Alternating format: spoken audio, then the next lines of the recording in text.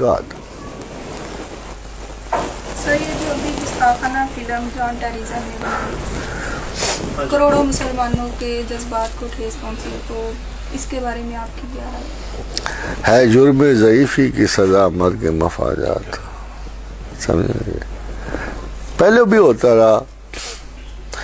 اس نے رودریگ نے کہا اپنا ڈی کاسٹا نے کہ حاجیوں کو کہا بلا لو اپنے خدا کو.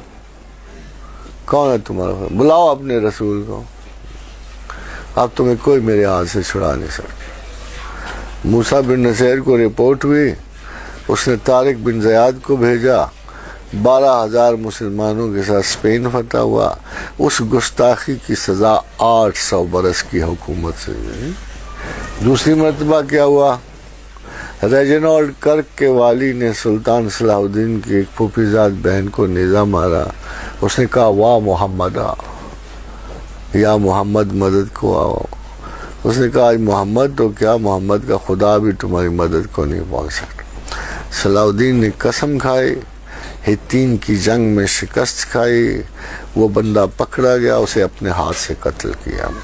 So we don't have that much power now, but in future, maybe in future.